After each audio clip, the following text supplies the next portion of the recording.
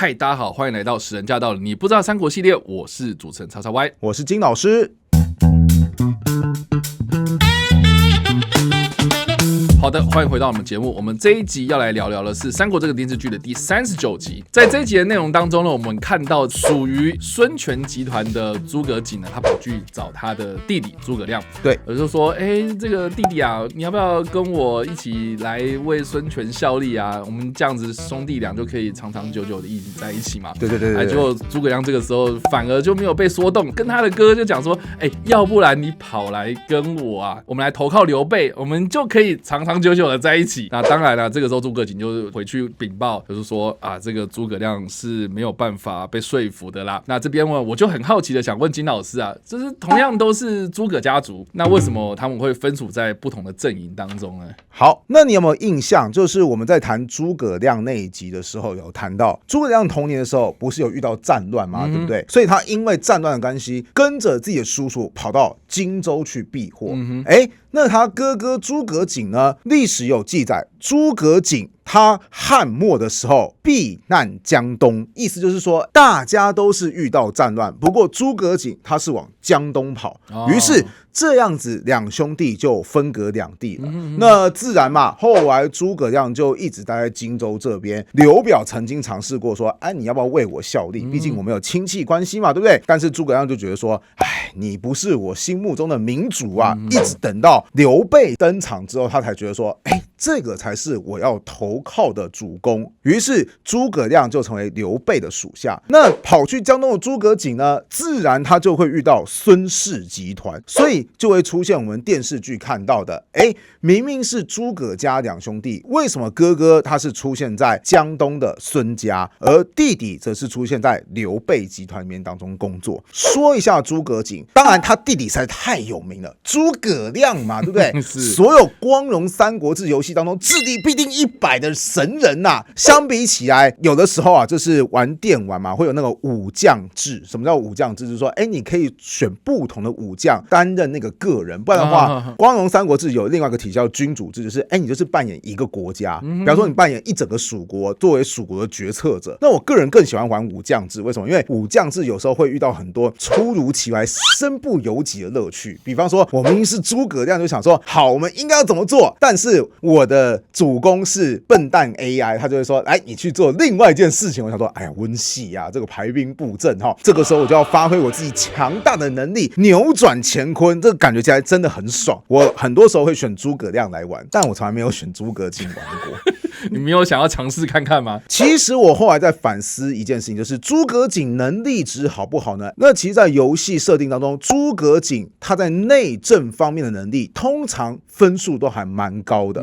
对应到历史当中是什么样的情况呢？就是诸葛瑾这个人，他最大的特色就是说话非常非常的温和，待人非常非常的谦逊。所以呢，孙权跟他很聊得来。你就想想看，跟一个人说话，这个人永远都是说，你讲的很有道理呢，哇，你给我好多启发呢，重点是人家还不是敷衍你的，你好棒哦，从你这边只会得到拍马屁的答案。诸葛瑾他是会让你觉得说他的态度很真诚，但代不代表诸葛瑾就完全没有个人坚持呢？其实诸葛瑾他还是会有个人的判断，比方说孙权觉得说某某人就是讨厌啦，这个大臣那个性实在是非常糟糕，不想用他啦。此时诸葛瑾会怎么办呢？他不会直接劝说，你不要这么做啊，你要息怒啊，你要谦虚啊，这样子。那通常孙权就会更加火大。如果你是这样劝孙权的话，那他会怎么说？诸葛瑾大概就要陪在旁边说，就是我知道你很难受，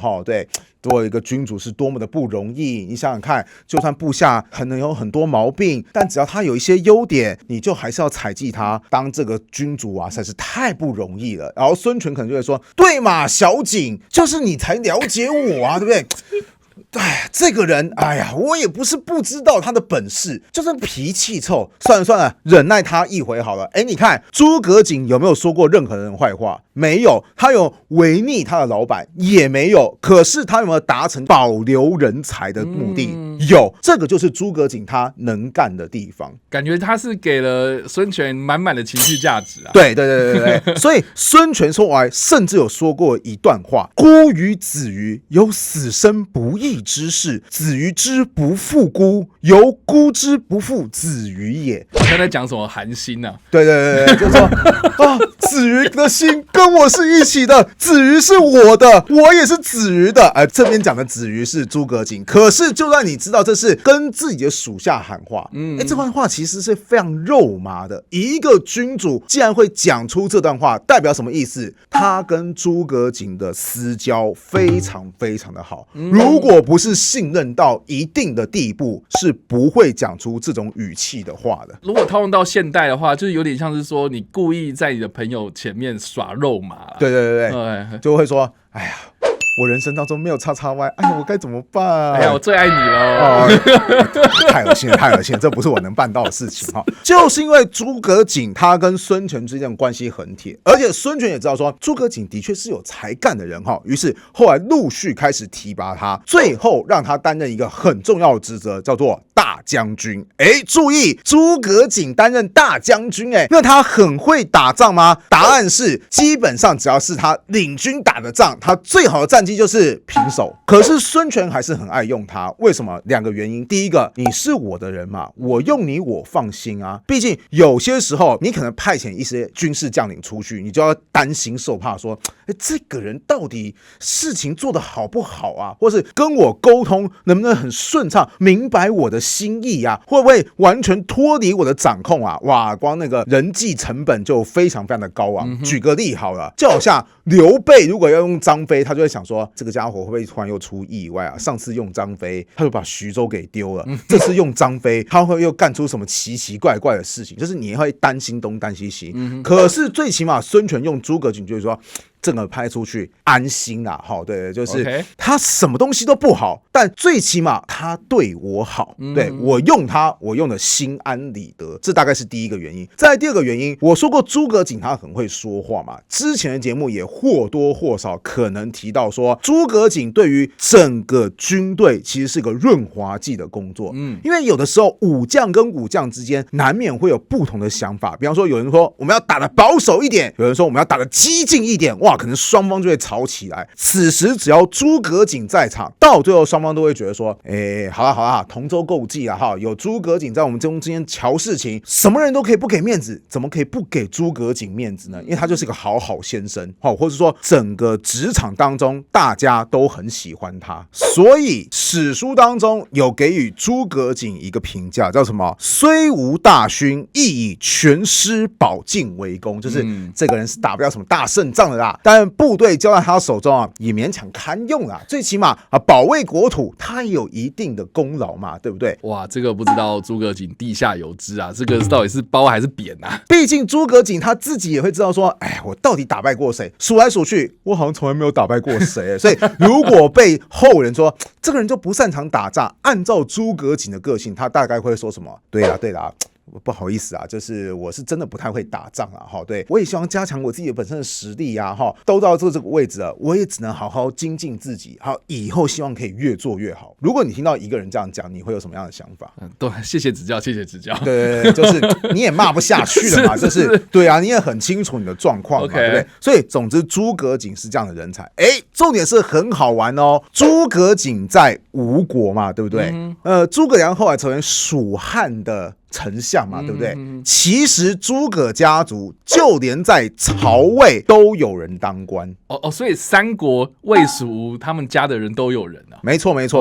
那诸葛家在曹魏当官的最著名代表名字叫做诸葛诞。这个诸葛诞呢，早年曾经跟另外3个人是曹魏这个国家的名士，被誉为四聪。简单来讲就是有点偶像团体啊，4大天王啊，其中一个是诸葛诞的意思啊。对。那后来诸葛诞长时间驻守在跟东吴交界的前线。此时我们要说一件事情，就是随着时间的发展，司马家就是司马懿的家族逐渐开始架空了曹魏的权力，尤其他2个儿子司马师、司马昭，更是不把皇帝给放在眼里。司马昭之心嘛，路人皆知嘛，就是那种我们都知道司马家即将要取而代之了哈。此时呢，诸葛诞他就觉得说不行哈，我要保护曹魏宗室，于是他就领导他的军队开始掀起所谓的寿春叛乱事件。那其实在这场寿春叛乱事件当中，司马家可以算是动用了很多的资源，包围了诸葛诞，花了9牛2虎之力才把他给平定。当然因为诸葛诞他失败的关系啊，他就最终被杀。所以虽然诸葛家好像在曹魏的下场并没有很好，不过后人还是有给评价什么呢？蜀得其龙，吴得其虎，魏得其狗。就是说诸葛家族的人才当中，蜀国得的是最棒的。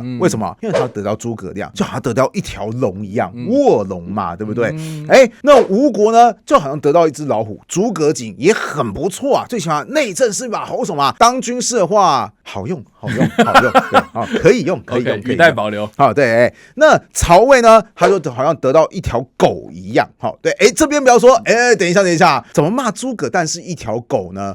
狗在这边的意思，一方面有它凶悍的一面，另外一方面，狗就象征的是所谓的忠诚，意思是说，你看诸葛诞他虽然后来失败了，可是他作为曹魏的大臣，他是忠心耿耿的，他是无愧于他的操守的，所以才会称他为魏得其狗。因此我们可以讲说，这个三国打到最后，诸葛家不亏啊，任何一国到最后赢得了胜利，诸葛家都可以获得一定的利益。我看到网络上很多人就会讥讽，就说，你看这个诸葛家多么的鸡贼，有没有？鸡蛋不要放在同一个篮子里面。但其实我觉得最主要原因是什么？回到我们前头。为什么诸葛亮跟诸葛瑾会投效到不同的国家去？因为战乱啊。没错，有的时候一个家族是在战乱当中，他被打散了，只好家族成员各奔东西，四散到不同的地方，自谋出路。那你能说，你们好滑头哦，你们3个方向都投资？我相信如果去问他们会说，我们也是不得已的没有战乱，我们根本不会分开啊。结果你还要跟我讲说，我们心机很重，你才心机重，你全家都心机重。好的，我们故事说了那么多我们今天蛮大一部分的重点都在描述有关于诸葛家族他们内部发生的一些事情嘛。那我们话说回到这个电视剧第39集的后半段，其实蛮大一部分都有介绍了一个新登场的人物，就是蒋干。他是呢原本在曹操阵营然后被曹操派去东吴扮演说客，试图要说服周瑜那后续呢就有发生非常非常著名的蒋干诈骗事件那这些故事呢，我们就留到下一集来继续跟大家好好来介绍了。那不知道大家在听完我们今天的介绍的内容之后呢，有什么样的想法，或是你对诸葛家族还有什么样的疑问，都欢迎在留言区留言，我们来跟你做互动跟讨论你不知道三国系列，我们下次再见，大家拜拜，拜拜。